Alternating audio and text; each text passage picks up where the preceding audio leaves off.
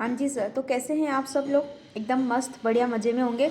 तो आज हम लोग चैप्टर नंबर 1 का रिवीजन करने वाले हैं। Yes, it is a revision series. तो आप लोग बिल्कुल निश्चिंत हो जाइए, आपका हर तरीके से हर कंसेप्ट जो है वो रिवाइज हो जाएगा। सिर्फ आपको इस वीडियो के साथ बने रहना है। अब कुछ चीज़ें मैं आपको पहले ही बता दूं कि ये आपके लिए क्यों बहुत ज़्यादा इंपॉर्टेंट होने वाला है। बिकॉज हम छोटी से छोटी चीज़ को लेकर बड़ी से बड़ी चीज़ कवर करने वाले हैं। पहली चीज़ तो ये लास्ट डे रिवीजन होगा, जब आप एग्ज़ाम से पहले करेंगे। तो आप इन चीज़ों को अगर करके चले जाएंगे एग्ज़ाम में, तो मैं आपको गारंटी देती हूँ कि आप बहुत ही अच्छी तरीके से अपना रिवीजन जो है वो फिनिश कर लेंगे। एक ये चीज़ हो गई लास्ट डे रिवीजन। दूसरा, आप लोग जो है वो मॉड्यूल से कवर कर रहे हैं, तो आप कोई भी चीज़ मिस नहीं करेंगे। और ऑल्सो सारी चीज़ें अमेंडेड है, ठीक है। अमेंडमेंट भी जो है वो भी आपको बहुत ही अच्छे से मिल जाएगा। डन सर, स्टार्ट करें? जी ठीक है। देखो, हम सेक्शन वाइज चलेंगे। सबसे पहले हम एक सेक्शन के बारे में बात करते हैं जो सेक्शन 149 है। सुनो, सेक्शन 149 का काफ़ी सारे सेक्शन है, जिसमें एक ही कहता है कि भाई मिनिमम इतने डायरेक्टर्स आपकी कंपनी में होने चाहिए और मैक्सिमम इतने होने चाहिए। इसके अलावा कौन आपका वुमन डायरेक्टर होता है, कौन आपका इंडिपेंडेंट डायरेक्टर होता है, कौन रेजिडेंशियल डायरेक्टर होता है, उनके बारे में बात करेंगे। सबसे पहले आप मिनिमम के बारे में आ जाइए। मिनिमम आपको कहता है 1, 2 और 3। 1 मतलब ओपीसी के लिए, 2 मतलब प्राइवेट के लिए और 3 मने पब्लिक के लिए। मैक्सिमम 15 चाहिए, और अगर उससे ज़्यादा चाहिए तो एसआर पास करवाना पड़ेगा। लेकिन ये एसआर का कंसेप्ट कहाँ नहीं लगता? तो सर ये नहीं लगता दो जगह। ये नहीं लगता है दो जगह है। कौन सी दो जगह है सर, आप हमें बताइए। सबसे पहला सर वो है गवर्नमेंट कंपनी, और एक है सेक्शन 8 कंपनी, जहाँ पर ये चीज़ नहीं अप्लाई होती है। अगर आपने सेक्शन 92 और 137 में डिफ़ॉल्ट नहीं किया होता है तो। उसके बाद आता है वुमन डायरेक्टर। कब रखनी पड़ती है वुमन डायरेक्टर, पहले ये बता दो। तो बोला कि वुमन डायरेक्टर आपको रखनी पड़ेगी जब आप 100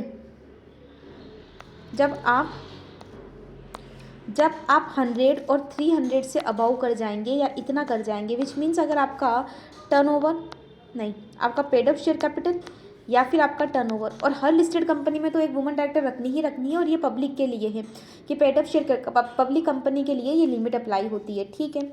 उसके अलावा देखो, अगर मैं आपसे वुमन डायरेक्टर के बारे में बात कर रही हूँ और वुमन डायरेक्टर की कोई कैजुअल वैकेंसी आ जाती है, तो कहाँ गया है कि उस कैजुअल वैकेंसी को फिल करने के लिए, उस कैजुअल वैकेंसी को फिल करने के लिए आपके पास 3 मंथ है। और जो इमीडिएट नेक्स्ट बोर्ड मीटिंग होनी है, बोर्ड मीटिंग होनी है, जो भी लेटर हो, ध्यान रखना यहाँ लेटर है, और ये कि ये चीज़ तुम्हें इंडिपेंडेंट डायरेक्टर की कैजुअल वैकेंसी फिल करने में भी मिलेगी, ठीक है। तो आप भूलेंगे नहीं इस चीज़ को। उसके बाद क्या होता है सर, पहली बार अपॉइंट करना है तो 6 मंथ में अपॉइंट कर दो, कोई दिक्कत नहीं है, ठीक है। ये जो है वो कंसेप्ट हुआ, हमने करवा दिया। उसके अलावा वुमन डायरेक्टर जो होता है, क्या वो इंडिपेंडेंट होनी चाहिए सर? कंपनी एक्ट तो इंडिपेंडेंट के बारे में कुछ नहीं कहता है, पर हाँ सेबी बताए क्या कहता है। सेबी कहता है कि टॉप 1000 जो कंपनीज होगी वहाँ वुमन डायरेक्टर इंडिपेंडेंट डायरेक्टर होनी चाहिए, ठीक है। और लिस्टेड कंपनी को तो वुमन डायरेक्टर चाहिए ही चाहिए। उसके बाद इंडिपेंडेंट डायरेक्टर का कंसेप्ट हम सेपरेटली लेंगे। और रेजिडेंशियल डायरेक्टर का मतलब होता है एटलीस्ट इंडिया में रहा हो 182 डेज़। सर ये 182 डेज़ कब का देखते हैं? प्रीवियस ईयर का देखते हैं या करंट फाइनेंशियल ईयर का? तो सर इस साल का देखते हैं, यानी कि करंट फाइनेंशियल ईयर जो होता है उसका देखते हैं, यानी कि जिस साल हम चल रहे हैं ना उस साल के बारे में हम बात करते हैं। कहाँ लिखा हुआ है मैम ऐसी बात कि इसी साल का देखते? तो बोला ये देखो sir, during the financial year, यहाँ लिखा हुआ है ना, आपको दिख रहा है ड्यूरिंग द फाइनेंशियल ईयर, तो फिर हम यही लेते। तो यहाँ पर एक बार एक काम करिए, हम लेते हैं 182 डेज़, हम लेते हैं 182 days during the financial year, ठीक है। यस सर, क्योंकि क्या होता है ना, देखो मैं आपको बताती हूँ, आप जब फेमा पढ़ते हो ना, ठीक है सर। उस फेमा में पता है क्या होता है? फेमा में होता है 182 डेज़। हाँ जी सर, लेकिन वो 182 डेज़ प्रीवियस ईयर का होता है। किसके अंदर से? फेमा के अंदर। पिछले साल आप कितने टाइम रहे हो उससे देखा जाता है कि इस साल का आपका क्या स्टेटस होगा। लेकिन यहाँ पर हम ड्यूरिंग द ईयर लेते हैं, ड्यूरिंग द ईयर लेते हैं। डन। उसके बाद इंडिपेंडेंट डायरेक्टर का कंसेप्ट है। नाउ सुनो, अपॉइंटमेंट ऑफ डायरेक्टर के बारे में सुनो, बहुत सिंपल सा कंसेप्ट है। पता है क्या कहता है अपॉइंटमेंट ऑफ डायरेक्टर? क्या सिखाता है हमको या क्या बताता है? सुनना, अपॉइंटमेंट ऑफ डायरेक्टर जो है वो क्या बताता है?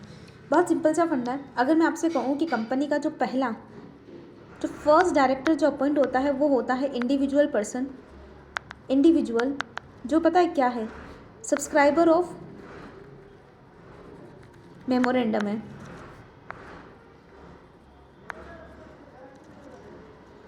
तो जो सब्सक्राइबर ऑफ मेमोरेंडम है ना, सब्सक्राइबर ऑफ मेमोरेंडम, जो फर्स्ट डायरेक्टर्स होते हैं कंपनी के, जो कंपनी के पहले डायरेक्टर्स होते हैं, वही कंपनी के सब्सक्राइबर मेमोरेंडम कंपनी के पहले डायरेक्टर्स होते हैं। फिर आप मुझसे कहेंगे मैम सब्सिक्वेंट कौन होता है ना, सब्सिक्वेंट कौन होता है? देखो सब्सिक्वेंट का बहुत सिंपल सा फंडा है। जनरली जो एजीएम में अपॉइंट होंगे, ठीक है, एजीएम में अपॉइंट होते हैं डायरेक्टर्स, लेकिन ध्यान रखना बोर्ड इन्हें अपॉइंट खुद करता है। किन को अपॉइंट? बोर्ड जो होता है खुद करता है, और इन्हें आर्टिकल, सबसे बड़ी बात है, इन्हें आर्टिकल परमिट करता है। तो बोर्ड एडिशनल हो या फिर ऑल्टरनेट हो, इन्हें बोर्ड खुद अपॉइंट करता है, दैट इज़ ओके। उसके बाद क्या होता है सर, जिसको भी अपॉइंट किया जाता है ना, जिसको भी जो भी अपॉइंट किया जाता है उसके पास कुछ चीज़ें होती है। उसमें सबसे पहला जिसको भी अपॉइंट किया जाता है उसके पास डीन होता है, ठीक है। उसके बाद रिटन कंसेंट होती है, उसके बाद डिक्लेरेशन देता है वो बंदा, ठीक है। अब मेरी बात सुनो, ये क्या होता है ना, रिटन कंसेंट कुछ ऐसे चलती है, थोड़ा सा समझना कैसे चलती है। सर ये क्या होता है कि ये पर्सन है, ये क्या करता है, WR रिटन कंसेंट किसको देता है, कंपनी को देता है, ठीक है। किस में देता है सर, DIR2 में देता है, DIR2 में देता है, DIR2 में। कंपनी पता है क्या करती है, विदिन 30 डेज़ में ये चीज़ जो है वो DIR12 में, किस में, 12 में किसको देती है सर, ROC को देती है, ठीक है। ठीक है सर, ये हमें समझता है। उसके अलावा क्या लगता है, एक्सप्लेनेटरी स्टेटमेंट डन। अब देखो एक क्वेश्चन आता है, रिटायरमेंट ऑफ डायरेक्टर्स कैसे चलता है, कैसे रिटायरमेंट होता है डायरेक्टर्स का। तो भाई समझना रिटायरमेंट कैसे होता है। तो रिटायरमेंट के लिए बहुत सिंपल सा कंसेप्ट चलता है कि अगर आपको रिटायरमेंट ऑफ डायरेक्टर करना है, रिटायरमेंट ऑफ डायरेक्टर करना है, तो लाइबल होते हैं कितने लोग, 2/3 पर्सन। लेकिन ध्यान रखना ये लोग एजीएम में अपॉइंट हुए हो वही आते, लेकिन इसमें कौन नहीं आता है, इंडिपेंडेंट डायरेक्टर नहीं आता और एसएसडी वाले नहीं आते, ठीक है। और जो एजीएम में अपॉइंट नहीं होते जैसे एडिशनल ऑल्टरनेट, वो तो एटलीस्ट आएंगे ही नहीं। उसके बाद कौन, जितने लाइबल होते हैं उसमें से कितने रिटायर होते हैं, तो रिटायर जो होते हैं वो 1/3 होते हैं। ध्यान रखना ये अपरेस्ट लिमिट में जाता है, यानी कि 2.33 भी है ना तो भी 3 काउंट होगा, और यहाँ पर अगर 2.33 भी है ना तो 2 काउंट होगा, क्योंकि यहाँ मैथ्स का रूल चलता है और यहाँ हमेशा अपर रूल चलता है, ठीक है। ठीक है, इतने लोग जो होंगे वो लाइबल हो जाएंगे और कौन लाइबल नहीं होगा। सर ये कंसेप्ट किस पर लगता है, अब बड़ी बात आती है कंसेप्ट लगता किस पर, रोटेशन वाला कंसेप्ट किस पर लगता है। तो सर पब्लिक जो कंपनीज होती है, कहाँ गया है, क्या हुआ, ये जो पब्लिक कंपनीज होती है ना, पब्लिक कंपनीज पर ये रोटेशन का कंसेप्ट लगता है। तो हर लिस्टेड कंपनीज और पब्लिक कंपनीज पर ये रोटेशन का कंसेप्ट लगता है, ठीक है। कहाँ लिखा हुआ है सर, एवरी डायरेक्टर्स इन 2/3, और ये लिखा हुआ है पर्सन लाइबल हो जाएंगे, दैट इज। अब देखो कौन नॉन रोटेशन है, मैंने आपको 2 नाम बता ही दिए, और बाकी जो एजीएम से अपॉइंट नहीं होते वो। अब देखो क्या होता है ना, इनके लिए कुछ कंडीशन है। क्या कंडीशन है देखना, सुनो। अगर कोई पर्सन रोटेट होता है, रोटेशन के अंदर आता है, ठीक है, तो अगर कोई पर्सन रोटेट होता है तो क्या वो फिर से रीअपॉइंट हो सकता है। और जो रोटेशन का कंसेप्ट है, जो रोटेशन का कंसेप्ट है वो कैसे अप्लाई होता है, मतलब कैसे चलता है। देखो हर साल रोटेट होना है, एजीएम करोगे तो हम उसे रोटेट करेंगे वरना नहीं करेंगे, ऐसा कुछ होता है क्या। तो इन्होंने साफ साफ लिखा हुआ है कि नहीं सर ऐसा कुछ नहीं है, तुमने एजीएम नहीं रखनी ना, रुको, that is liable for the rotation, filing of the vacancy, deemed reappointment, yes that is. एक सेकेंड ना, गिव मी, किधर था, यस दैट इज़। देखो यहाँ पर यानी कि कुल मिलाकर सिंपल सा फंडा है कि अगर आपने एजीएम नहीं भी रखी तो भी आप रिटायर के लिए लाइबल हो जाओगे जब AGM is ought to have been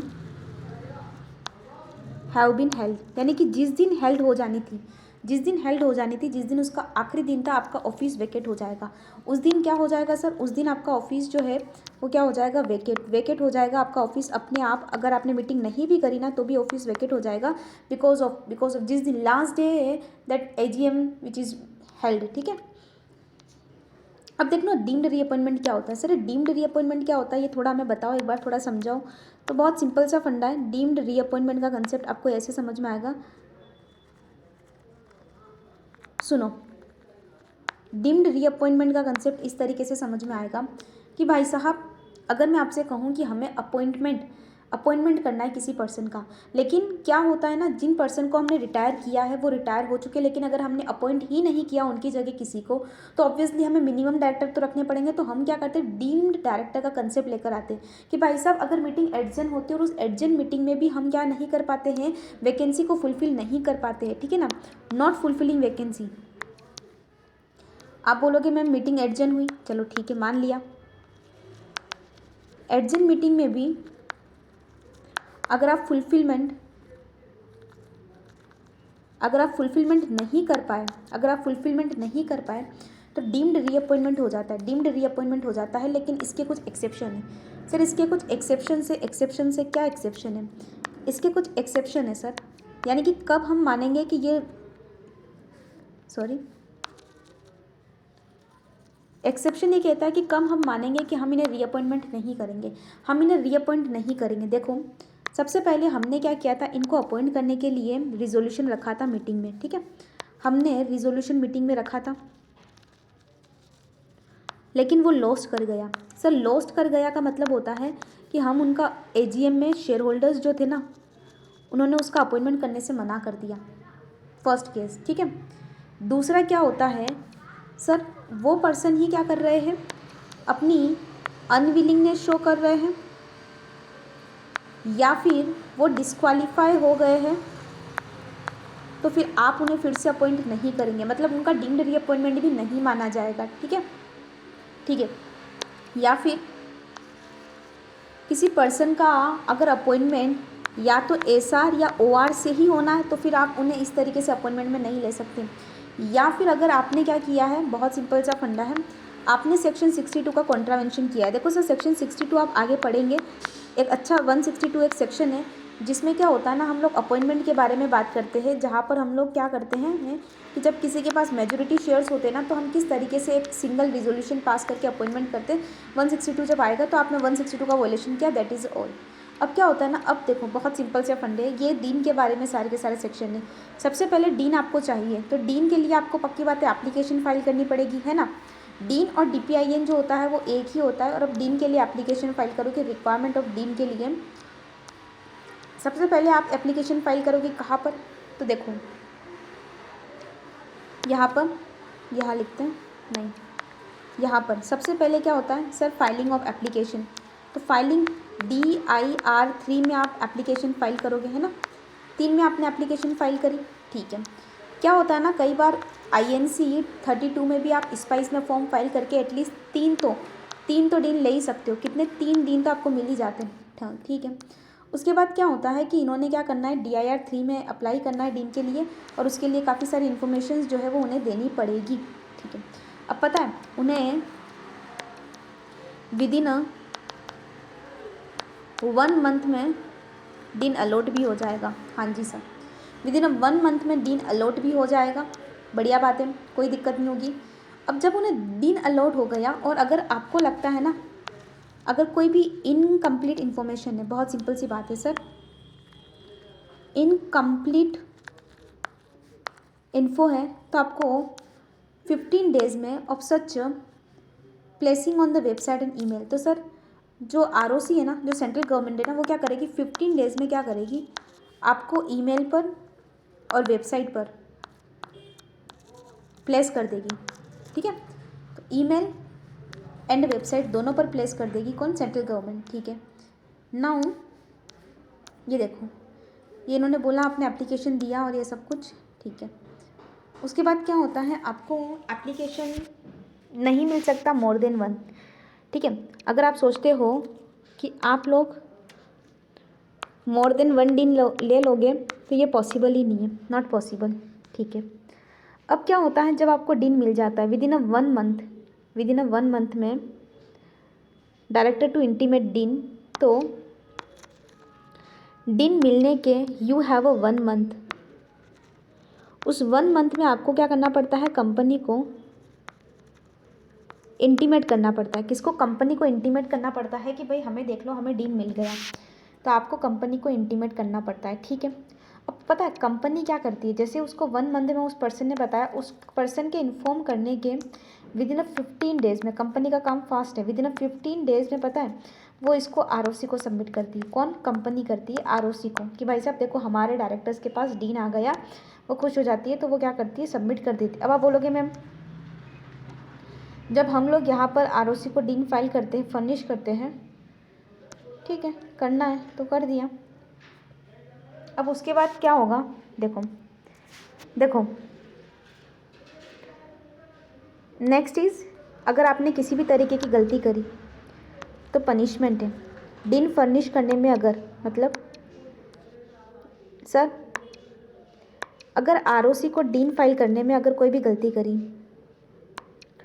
सुनो, कंपनी ने आरओसी को डीन फाइल करने में कोई भी गड़बड़ करी तो भाई साहब पेनल्टी लगेगी 25,000 रुपये, ठीक है, 25,000 रुपये की पेनल्टी और 100 रुपये पर डे, ठीक है, 100 रुपये हर दिन पेनल्टी लग सकती है। और ये मैक्स टू मैक्स 100 रुपये हर दिन लगकर कितनी, 1 लाख रुपये हो सकती है।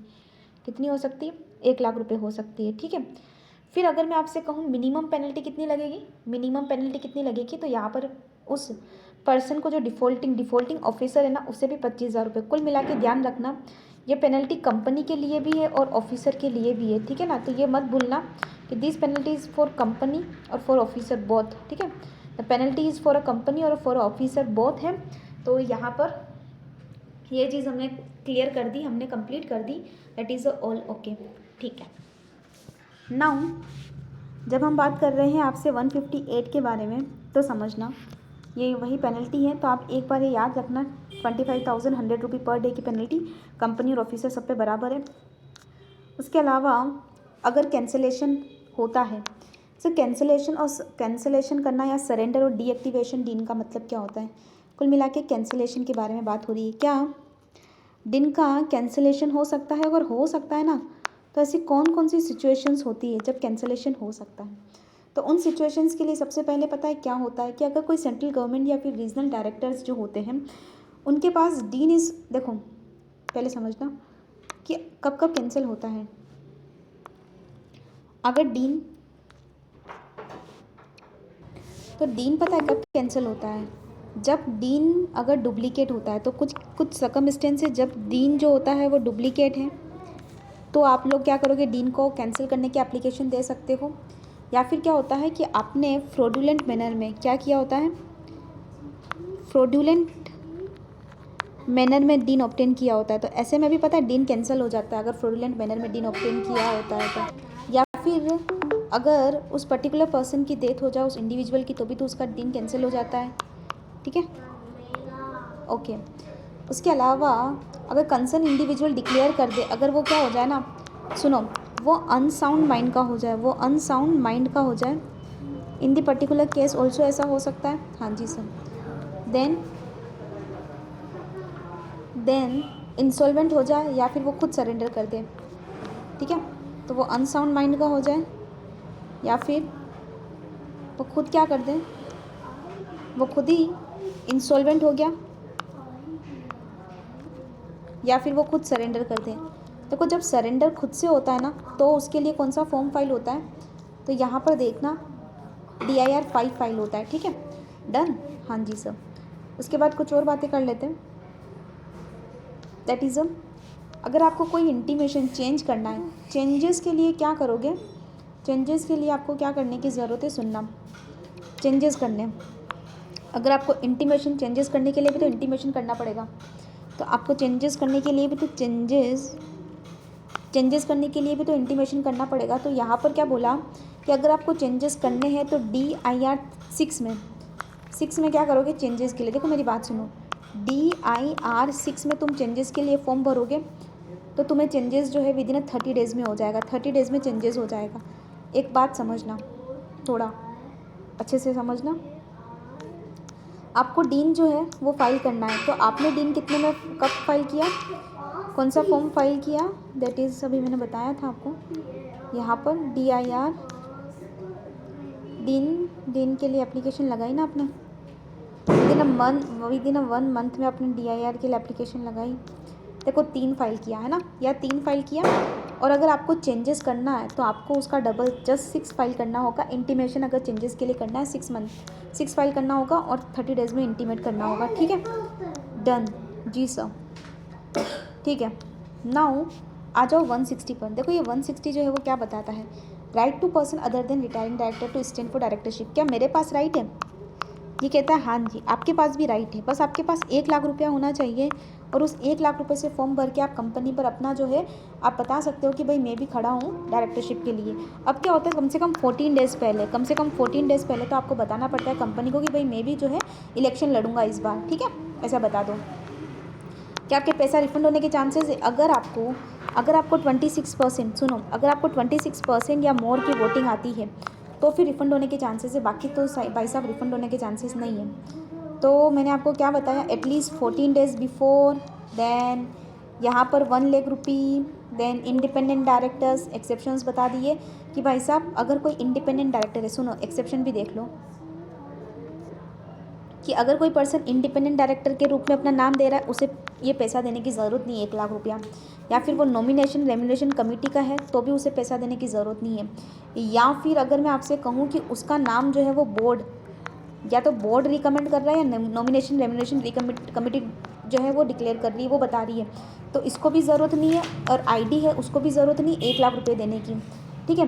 बाकी तो देना ही है। 7 डेज़ पहले वो क्या करता है, सबको नोटिस सर्व करता है, प्लेसिंग करता है, और ध्यान रखना नोटिस सर्व तो करता ही करता है, नोटिस तो सर्व करता ही करता है राइटिंग में ऑल मेंबर्स को, साथ के साथ वेबसाइट पे भी प्लेस करता है जितने भी कैंडिडेट, जैसे मान लो कौन कौन कैंडिडेट है, तो यहाँ पर अपन लिखते हैं कैंडिडेट कौन कौन है, जैसे मान लो राम है, श्याम है, मोहन है, सोहन है, ठीक है, तो उन सब का क्या करता है, उन सब का ये क्या करता है, ये उसको वेबसाइट पर प्लेस करता है। एग्जाम MCQ में आ सकता है कि बताओ राइटिंग में वो उन सब मेंबर को भिजवा रहा है, उसके बाद उसको वेबसाइट पे प्लेस करना भी है कि नहीं करना है, तो करना है, ठीक है। When there is no need to serve notice individually, अगर एडवर्टाइज सच अ कैंडिडेट, हाँ जी सर, तो अगर आपको नहीं मतलब वेबसाइट पर यहाँ इंडिविजुअल नोटिस सर्व करने की ज़रूरत नहीं है, कब ज़रूरत नहीं है, कब ज़रूरत नहीं है, that is a very important, no need to serve a notice individually. देखो आपको no need to serve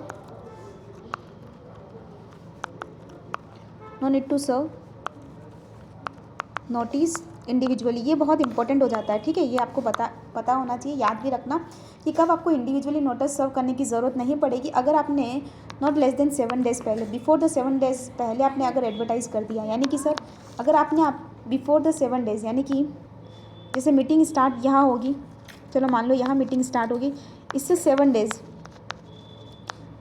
days before he आपने क्या कर दिया है, इससे 7 डेज़ 7 दिन पहले ही आपने क्या कर दिया है, उसको बता दिया है, किसको बता दिया, एडवर्टाइज़ कर दिया, एडवर्टाइजमेंट कर दिया। एडवर्टाइजमेंट का मतलब कहाँ एडवर्टाइजमेंट करना होता है सर, बहुत सिंपल सा फंडा है, आपने वर्नेकुलर न्यूज़पेपर में बता दिया, in a principal vernacular language of the district register office जहाँ आपकी कंपनी का सिचुएटेड, और इंग्लिश न्यूज़पेपर, ठीक है।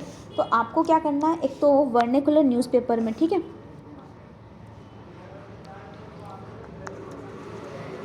वर्नेकुलर न्यूज़पेपर में बताना जहाँ आपका रजिस्टर्ड ऑफिस है, ठीक है, और एक आपको बताना है अपनी इंग्लिश न्यूज़पेपर में, ठीक है, तो दोनों में बता देना ताकि आप कंप्लाइंस पूरी कर दोगे, तो ऐसे में आपको इंडिविजुअली नोटिस सर्व करने की ज़रूरत नहीं है और वेबसाइट पर प्लेस करने की ज़रूरत नहीं है।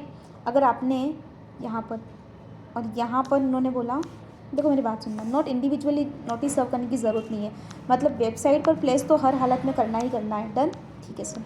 उसके बाद आपको पैसा कब रिफंड हो जाएगा, मैंने बोला मोर देन 25%, अगर आपको वैलिड वोट आते हैं यानी कि 26% या मोर, तो आप पर ये लिखना है, ऐसे ही आप ऐसे ही लिखना है कि अगर मोर देन 25, अगर आप मोर देन 25%, ठीक है ना, ऐसे ही लिखोगे ऐसे ही लिखना है, ऐसा ही है, ठीक है।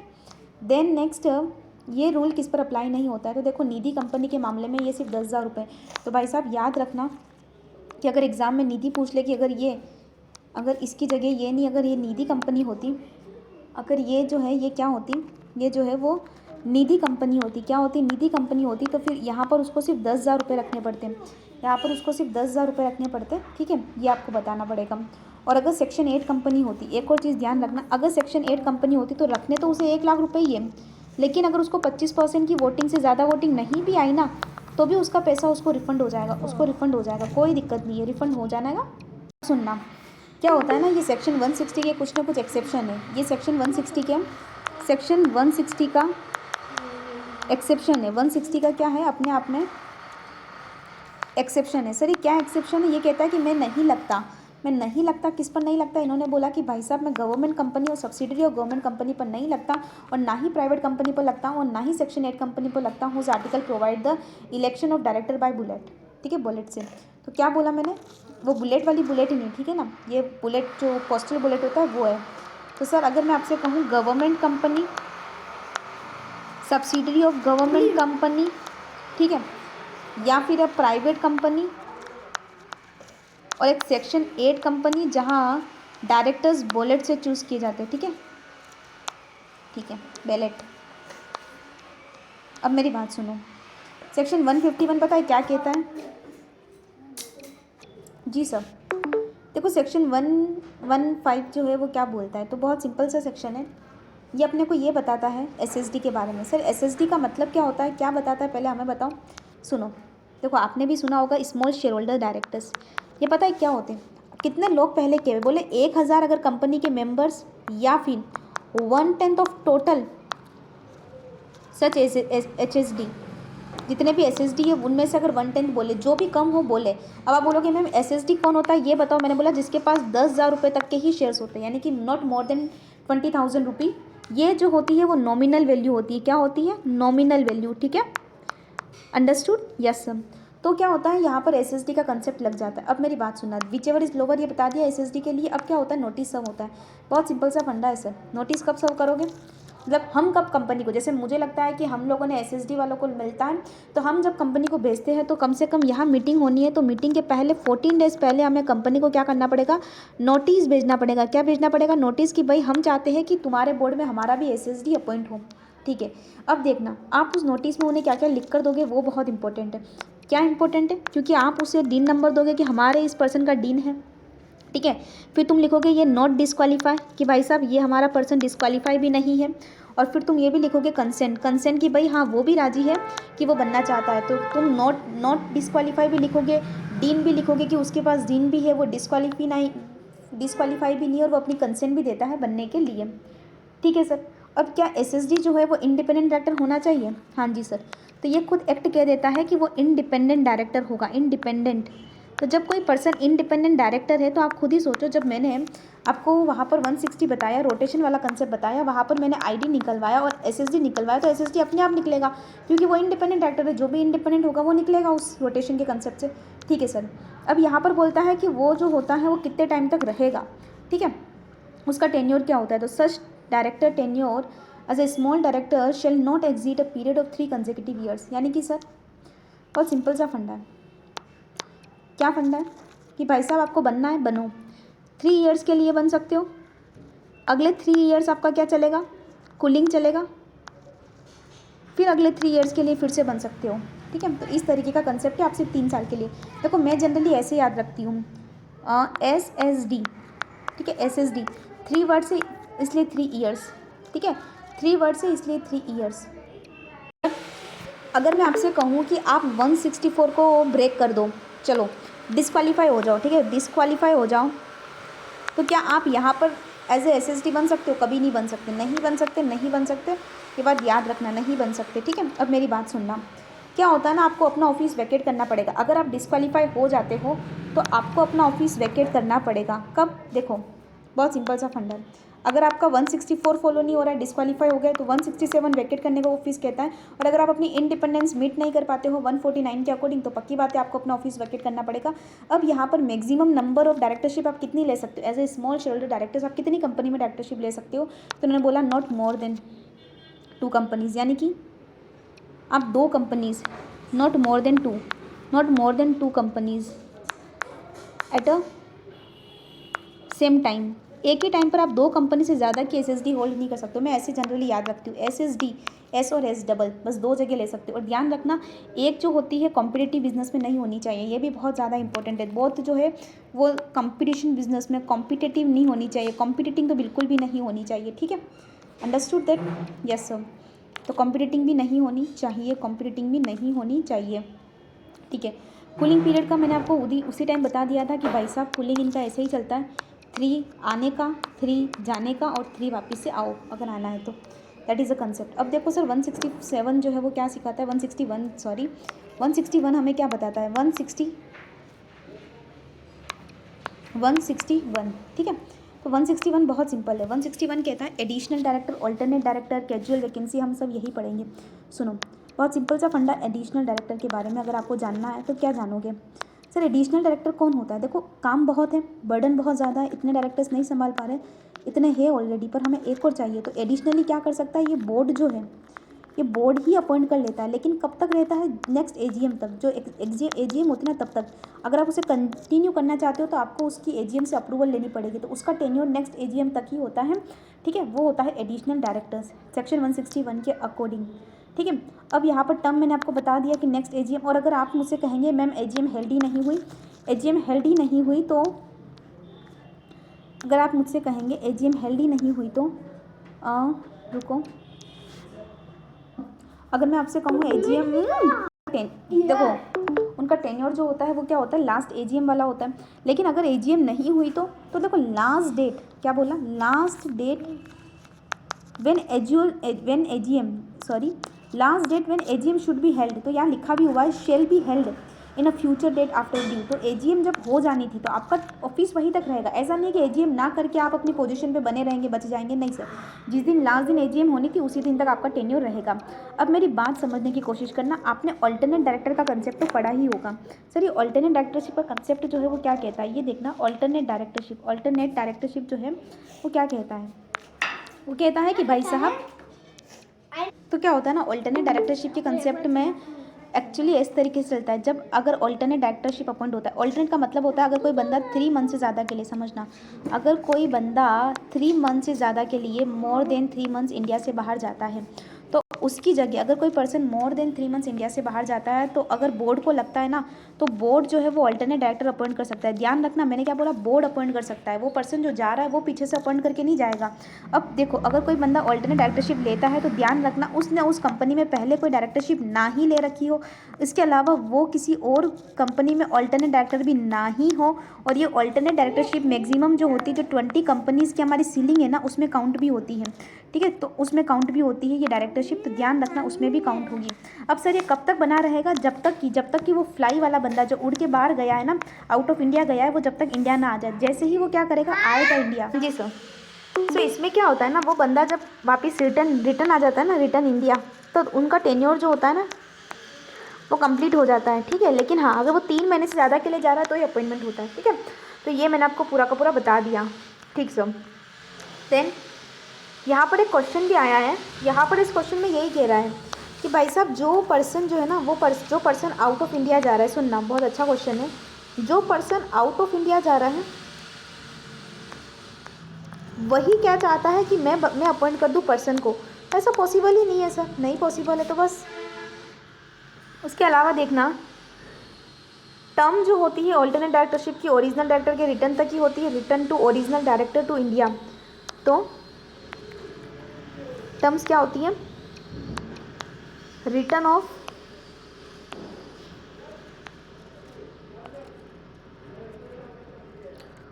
ओरिजिनल डायरेक्टर टू इंडिया, ठीक है, done some. Then appointment of alternate directors by original directors. तो appointment of alternate director by original directors, तो अगर मैं आपसे कहूँ कि ऑल्टरनेट डायरेक्टर जो होता है, ऑल्टरनेट डायरेक्टर का अपॉइंटमेंट जो है वो कौन करता है, तो ये बता ही दिया मैंने आपको। देन सुनो, ये क्या होता है, नॉमिनी डायरेक्टर। सर बहुत ही ईजी है, जब आपसे कोई कहता है ना क्या नॉमिनी डायरेक्टर, तो सर नॉमिनी डायरेक्टर का मतलब होता है कि मान लीजिए बैंक ने आपको लोन दिया और बैंक चाहता है कि भाई वो एक डायरेक्टर बिठा सकता है, बस that a particular concept, okay. अब आता है casual vacancy. Sir casual vacancy हमें क्या सिखाता है, कैजुअल वैकेंसी जो होता है ये कहता है कि भाई बोर्ड जो है फुलफिल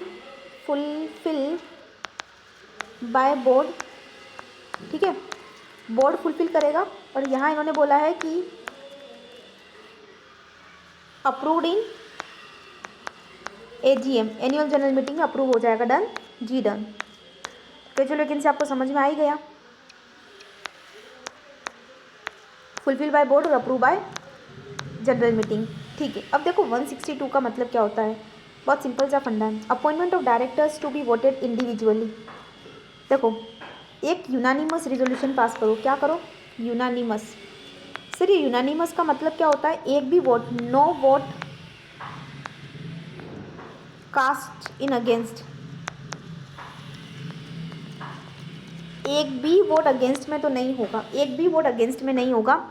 अगर एक भी वोट अगेंस्ट में नहीं होगा, मेरी बात सुनो, अगर एक भी वोट अगेंस्ट में नहीं होगा, इन दी पर्टिकुलर केस हम ये कह सकते हैं कि भाई साहब अगर no vote cast in against, अगर एक भी वोट अगेंस्ट में कास्ट नहीं होगा ना, तो इन द पर्टिकुलर केस हम कह सकते हैं कि भाई साहब आप एक काम करो, सिंगल रिजोल्यूशन पास करके, ध्यान से सुनो, सिंगल रिजोल्यूशन पास करके अपॉइंट कर दो, ठीक है,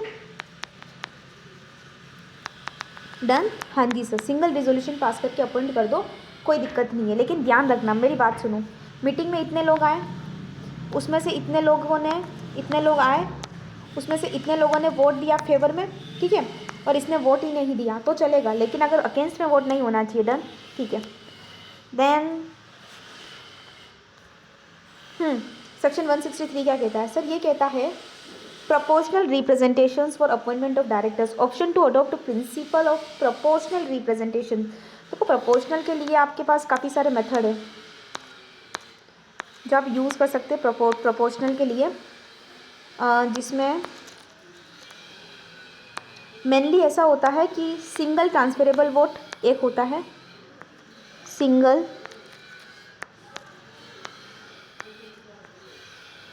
ट्रांसफरेबल वोट, उस मेथड से भी जा सकते हो, एक होता है क्यूमुलेटिव वोटिंग से भी जा सकते हो, ठीक है, डन सर। बस यही दो मेथड है और आप इसके थ्रू अपना काम कर सकते हैं, डन।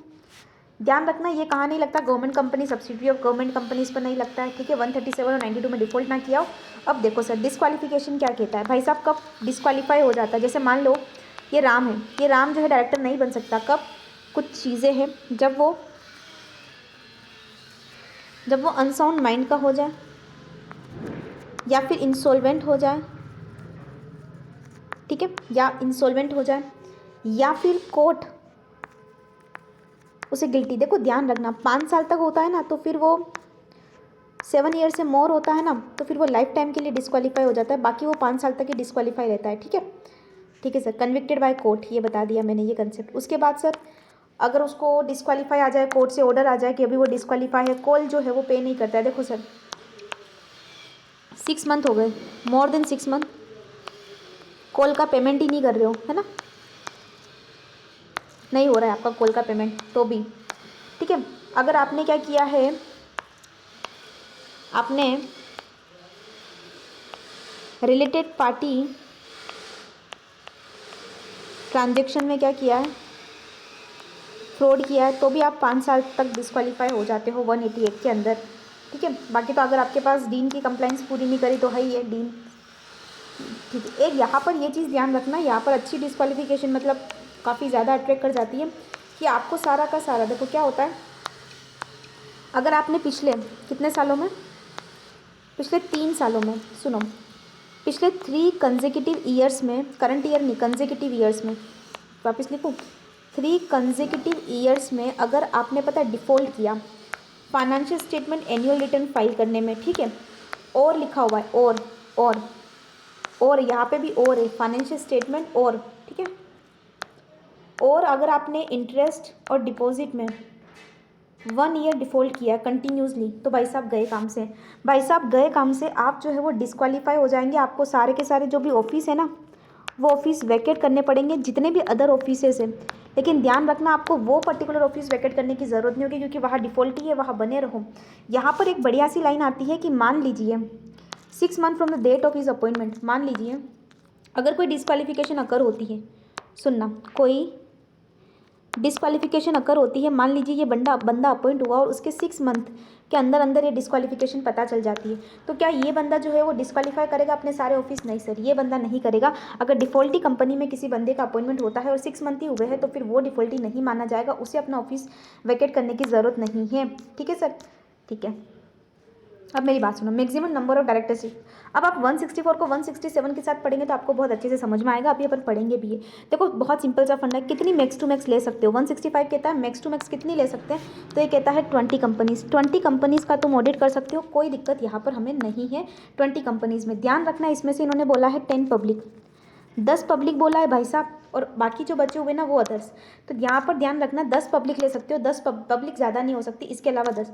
लेकिन यहाँ इन्होंने किसको एक्सक्लूड कर रखा है, तो इन्होंने बोल रखा है कि भाई साहब यहाँ पर नॉट इंक्लूड, डोरमेंट कंपनी नहीं आती और सेक्शन 8 कंपनी नहीं आती। तो सर कौन नहीं आता है, ये 10 और 10 20 हो गए, उसमें से नॉट इंक्लूड लिखो। नॉट इंक्लूड मतलब ये नहीं आते, तो नॉट इंक्लूड में कौन नहीं आता है सर, तो यहाँ पर हमने क्या बताया अभी, डोरमेंट कंपनी और सेक्शन 8 कंपनी। तो ध्यान रखना कि इन काउंटिंग में ना तो डोरमेंट आती है ना ही सेक्शन 8 कंपनी आती है। जी सर। देखो अब देखो अगला, लेसन नंबर ऑफ डायरेक्टरशिप हो सकता है क्या, हो सकता है। अगर आपका आर्टिकल आपको लेसन नंबर का है तो हो सकता है, ठीक है। ट्रांजिशन पीरियड आपको 1 ईयर का दिया गया था जब ये लोग प्रोविज़न आए थे, ठीक है। पनिशमेंट क्या है सर, अगर आपने कॉन्ट्राविन किया, कॉन्ट्राविन किस बात में किया, अगर आप 20 से ज़्यादा कंपनी में डायरेक्टरशिप लेके बैठे हो तो क्या होगा, मैंने बोला कि भाई साहब ये तो बहुत बड़ी बात हो गई, 20 कंपनी ज़्यादा की डायरेक्टरशिप लेके बैठे हो तो आपको उतनी ही पेनल्टी लगाते, 20 मने 2,000 रुपये हर दिन के। क्या बात कर रहे हो, हाँ सर 2,000 रुपये ईच दिन के। और ये मैक्स टू मैक्स कितना हो सकता है पता है, कितना हो सकता है सर, 2 लाख। 2,000 रुपये हर दिन के, 2,000 रुपये हर दिन के और मैक्स टू मैक्स 2 लाख रुपये हो सकते हैं। ये चीज़ ध्यान रखना, 20 से आपको ये हिंट मिल जाएगा, 20 से 2,000 और 2 लाख, ठीक है। ठीक है सर, इंडिपेंडेंट डायरेक्टर के कंसेप्ट पे आते हैं। सुनो, सबसे पहले तो यहाँ पर एक चीज़ लिखना, किस पर लगता है, हर लिस्टेड कंपनी पर लगता है, लेकिन ऐसी पब्लिक कंपनी जो 10, 50 और 100 के क्राइटेरिया को पार कर जाए, ठीक है, इससे ज़्यादा हो जाए। सर ये क्या है, मैंने बोला ये पेड अप शेयर कैपिटल है, ये बोरोविंग्स है और ये टर्नओवर है, ठीक है। इससे क्रॉस कर जाए तो ये सेक्शन जो है वो अप्लाई होता है। ये पब्लिक कंपनीज बता दिया। अब मेरी बात समझना, या क्या होता है रिक्वायरमेंट ऑफ हायर नंबर। अगर आपको हायर नंबर चाहिए, रिक्वायरमेंट ऑफ हायर नंबर का मतलब होता है कि अगर 177 की रिक्वायरमेंट, क्योंकि 177 पता है क्या बोलता है, 3 इंडिपेंडेंट डायरेक्टर, 3 डायरेक्टर्स और मेजोरिटी इंडिपेंडेंट होनी चाहिए, तो आपको ऑब्वियसली 177 की बात तो रखनी पड़ेगी। बाकी हमारे यहाँ तो इन्होंने बहुत सिंपल सा फंडा बोला, हमारे यहाँ तो इनका जो है बहुत सिंपल सा कहना है कि भाई साहब अगर तुम ये लिमिट क्रॉस कर जाते हो, जो मैंने अभी आपको बताई ना, ये लिमिट तीनों अभी वापस बता नहीं रही हूँ, और ये वाली, तो अगर लिस्टेड कंपनी हो तो फिर हमें 1/3 इंडिपेंडेंट डायरेक्टर चाहिए, ठीक है, टोटल नंबर ऑफ डायरेक्टर्स की। और यहाँ अगर ये लिमिट क्रॉस कर दी ना तो हमें 2 चाहिए, कितने, 2, कितने, 2 एटलीस्ट 2 तो हमें चाहिए ही चाहिए, ठीक है। ठीक सर। उसके बाद who can become a independent director, तो सबसे पहले उसके पास क्या होना चाहिए, एक्सपीरियंस होना चाहिए, सबसे बड़ी बात उसके पास क्या होना चाहिए, एक्सपीरियंस होना चाहिए, ठीक है। उसके पास क्या होनी चाहिए भाई, अच्छा खासा एक्सपीरियंस हो, है ना। जी सर, आगे आ जाओ। उसके बाद ध्यान रखना कि वो ना प्रोमोटर हो, मतलब कैश का, तो एटलीस्ट वो प्रोमोटर ना ही हो, ना तो कैश का प्रोमोटर हो ना ही प्रोमोटर का रिलेटिव हो, ठीक है ये। उसके अलावा ध्यान रखना, अगर मैं आपको कहूँ कि आपने उसके साथ कोई प्रिक्यूनरी ट्रांजेक्शन ना किया, और ट्रांजेक्शन का मतलब, प्रिक्यूनरी ट्रांजेक्शन का मतलब सर, ट्रांजेक्शन का मतलब होता है not exceeding 10%, 10% of total income of such amount as may be prescribed, 10% of total income, ठीक है। तो आपकी बिजनेस की टोटल इनकम का एटलीस्ट 10% से ज़्यादा जो है वो ना हुआ हो प्रिक्यूनरी रिलेशनशिप ट्रांजेक्शंस टू इमीडिएटली और एक ड्यूरिंग द करंट ईयर, ठीक है, पिछले 2 सालों में और इस साल। ये भी आपको समझ में आता है। देन कुछ और कंडीशंस रिलेटिव्स के लिए दे रखी है, मेरी बात सुनो, नन ऑफ रिलेटिव, यानी कि कोई भी आपका रिलेटिव जो है पिछले 2 सालों में, ध्यान से समझना, अब थोड़ा चीज़ें जो है वो थोड़ी कॉम्प्लेक्स हो जाएगी अगर आपने सही से नहीं सुना तो। पिछले 2 सालों में और करंट ईयर, ठीक है, इनकी बात कर रही हूँ, पिछले 2 सालों में और करंट ईयर। यहाँ पर ये कहता है कि भाई साहब रिलेटिव जो है वो सिक्योरिटी जो है कितना होल्ड कर सकते हैं, बोला फेस वैल्यू कितनी, 50 लाख रुपए तक की, ध्यान से सुनना, 50 लाख रुपए तक की, और 2% of paid up share capital, ठीक है, 2% of paid up share capital, ठीक है, 2% of paid up share capital of company, it's holding company, subsidiary company, associate company. Sir ये वाला 2% जो है वो कैश में देखना, ये 2% जो है वो कैश में देखना, तो ध्यान रखना, it is a very very much important कि आप गलती ना करें। क्या गलती ना करें? जब मैं उस कंपनी के बारे में बात कर रही हूँ ना, दी कंपनी के बारे में बात कर रही हूँ, तो फेस वैल्यू 50 लाख रुपए और 2% जो भी हो वो देख लेना। लेकिन जब मैं सब्सिडरी एसोसिएट के बारे में बात करूँगी तो सिर्फ आप 2% देखेंगे। इसके अलावा यहाँ पर ऐसा कुछ बाइफिकेशन नहीं है, सबके लिए बोला, चाहे कंपनी हो चाहे सब्सिडरी हो, 50 लाख रुपये, ठीक है। अगर 50 लाख रुपये से एग्जिट कर जाएगा, 50 लाख रुपये, सीधा 50 लाख रुपये, ठीक है। हर जगह 50 लाख ही है, यहाँ पर भी 50 लाख ही या 50 लाख ही है, और यहाँ पर भी जो है वो गारंटी में 50 लाख रुपये ही है, ठीक है। कोई दिक्कत नहीं होगी पिछले 2 सालों में और करंट ईयर में, ठीक है। और इसके अलावा अगर मैं आपको कंपनी का टर्नओवर का ट्रांजेक्शन बताऊँ तो कंपनी कहता है कि एग्जीडिंग 2%। हाँ जी सर, सुनो सुनो सुनो सुनो, एग्जीडिंग 2%, ठीक है। तो कंपनी के लिए क्या बोलता है, 2% या मोर, 2% या मोर अगर होता है प्रिलिमिनरी ट्रांजेक्शन्स या रिलेशंस, तो आप डिस्क्वालीफाई हो जाते हो, वही पिछले 2 सालों में और करंट ईयर में, ठीक है। उसके अलावा यहाँ पर कुछ और चीज़ें बोली है सर, वो केएमपी और एम्प्लॉय नहीं होना चाहिए पिछले 3 फाइनेंशियल ईयर में, ठीक है। इसके अलावा एम्प्लॉय नहीं होना चाहिए पिछले 3 सालों में, फर्म का सेक्रेटरी नहीं होना चाहिए, या फिर मान लो आप लीगल कंसल्टिंग फर्म हो पिछले 3 सालों में और आपकी जो फर्म है उसका ग्रॉस टर्नओवर जो है उसका 10% और मोर जो है वो हमारी कंपनी दे रही, उसी तरीके से वोटिंग पावर है आपके पास 2% या आपके रिलेटिव पास मिलाकर वोटिंग पावर है 2% या मोर की टुगेदर, तो भी आप डिस्क्वालीफाई हो जाते हो। चीफ एग्जीक्यूटिव ऑफिसर हो और 25% और मोर का वोटिंग रखते हो तो भी नहीं आ सकते, 2% का वोटिंग है तो भी आप डिस्क्वालीफाई हो जाते हो, ठीक है। ठीक सर। देन कुछ अदर क्वालिफिकेशंस के बारे में इन्होंने बात कर रखी है। अब मेरी बात सुनो, क्या होता है ना, डायरेक्टर हमेशा क्या करेगा, अपनी इंडिपेंडेंस का सर्टिफिकेट देगा। कब देगा? पहले फर्स्ट मीटिंग में देगा, ठीक है, पहले फर्स्ट मीटिंग, फिर एवरी, और फिर जब भी एनी चेंज होगा। Done sir. आगे आ जाओ, आगे क्या कहता है सर? टेन्योर का मतलब क्या होता है? टेन्योर जो होता है वो होता है, बहुत सिंपल सी भाषा है, मैं आपको ऐसे बताती हूँ, सुनो सर। 5 साल के लिए ओआर पास करो, 5 साल के लिए एसआर पास करके अपॉइंट हो जाओ, और अगले फिर 5 साल के लिए कूलिंग पीरियड, ठीक है। उस टाइम तुम अपॉइंट हो ही नहीं सकते। डन। अब मेरी बात सुनो, तुम जैसे ही अपॉइंट होते हो ना वैसे ही रिमूव होते हो। यहाँ रिमूव होगे ओआर पास करके, यहाँ रिमूव होगे एसआर पास करके, यहाँ तो तुम्हारी कैजुअल वैकेंसी कूलिंग पीरियड चल रहा है, सॉरी, ठीक है, तुम्हारा कूलिंग पीरियड चल रहा है, ठीक है। अब यहाँ पर बोलता है independent director shall not hold office for more than 2 consecutive terms, यानी कि 5 साल, और बाद में इन्होंने बोला कि cooling period for the appointment, cooling period after the expiry of 3 year to cease. तो सर यहाँ पर उन्होंने क्या बोला है, कूलिंग पीरियड जो है वो कितने का है, 3 साल का है, ठीक है। 3 shall not be appointed is in और associate in the company in दी, ठीक है। आप डायरेक्टली इनडायरेक्टली कहीं पर भी अपॉइंट नहीं होंगे, कितने सालों तक, 3 सालों तक, ठीक है। तो कुल मिला के आपके टेन्योर जो होते हैं वो क्या होते हैं, 5 सालों के टेन्योर होते हैं, और 3 साल का आपके ऊपर कूलिंग पीरियड लगता है। जैसा एसएसडी में लगता है ना 3 साल का कूलिंग पीरियड, वैसा ही यहाँ लगता है, बस यहाँ 5 साल का आपके पास टेन्योर होता है, ठीक है। डायरेक्टली इनडायरेक्टली कहीं पर भी आप नहीं बन सकते, कैपेबल ही नहीं है। उसके बाद अब रिटायरमेंट बाय रोटेशन पे आपके ऊपर कंसेप्ट नहीं लगता है। अब मेरी बात सुनो, सेक्शन 150 जो है वो क्या कहता है, देखो नॉमिनी डायरेक्टर कभी भी इंडिपेंडेंट डायरेक्टर नहीं होता। अब सुनो, सेक्शन 150 पे आते हैं, ठीक है, ठीक है, सेक्शन 150 पे आ जाओ। सेक्शन 150 आपको क्या बताता है, कैसे क्या है ये सेक्शन? ये कहता है कि भाई डेटा बैंक में एंटर करना है, हमें नाम जो है वो रखना है। जनरली कहते हैं कि ये जैसे ही आया था ना उसके 13 महीने में अभी नाम एंटर कर दो, और बाद में तो तुम लोगों को पता ही है, जब भी तुम अपना नाम जो है वो देना चाहो दे सकते हो। जब भी किसी कंपनी का डायरेक्टर बनना है पहले नाम दो। अब क्या हुआ था ना, यहाँ बोला था कि आपको एक टेस्ट पास करना पड़ेगा, ठीक है। 2 साल में आप कभी भी ये टेस्ट पास करो। फिर टेस्ट का जैसे ही नाम सुना इनको डर लगने लग गया, तो इन्होंने हड़ताल कर दी। तो हड़ताल करी तो फिर गवर्नमेंट ने बोला ठीक है ये एग्जाम तुम मत देना अगर तुम लिस्टेड पब्लिक कंपनी में या फिर अनलिस्टेड कंपनी जिसका paid up share capital 10 crore रुपए या उससे ज़्यादा था, जिसका paid up share capital 10 crore या उससे ज़्यादा था, या फिर आप बॉडी कॉर्पोरेट जैसे SBI या रिकॉग्नाइज्ड स्टॉक एक्सचेंज पर लिस्टेड है, उसके अलावा कोई बॉडी कॉर्पोरेट जो बाहर है जिसको उसका पेड अप शेयर कैपिटल जो है $2 मिलियन है वहाँ पर, या फिर ऐसी कोई स्टेचुटरी कॉर्पोरेशन जो पार्लियामेंट से बनी हुई है, तो ध्यान रखना। इन्होंने फिर बाद में बोला कि डरो मत, एक काम करो, ये लो, तुम पब्लिक कंपनी हो, ठीक है, तुम पब्लिक कंपनी हो, तुम अनलिस्टेड हो, ठीक है, तुम्हारा पेड अप शेयर कैपिटल अगर मोर देन या इक्वल टू 10 करोड़ है तो तुम बाहर निकल जाओ। इधर फिर उन्होंने $2 मिलियन बोल दिया, ठीक है, मोर देन या इक्वल जो भी है, ठीक है सर। उसके बाद आगे आ जाओ। अगर तुम डायरेक्टर रहे हो as a ministry of corporate affairs के या फिर ऐसे सेबी में रहे हो, ठीक है। अब मेरी बात समझना, ये तुमने बता दिया। फिर ड्यू डिलिजेंस देखा जाएगा, एजीएम होगी और विलिंगनेस बताओगे, ठीक है। ड्यूटीज़ ऑफ डायरेक्टर के काफ़ी सारी ड्यूटीज़ है, उसमें पता है क्या ड्यूटी है, आर्टिकल वाली ड्यूटी है, गुड फेथ में काम करने वाली है, रीजनेबलनेस में इन्वॉल्व है, गेन एडवांटेज है, ऑफिस है, ये सब कुछ। अब ड्यूटीज़ तुम्हें बता दी, ठीक है, ड्यूटीज़ तो तुमने देख ली।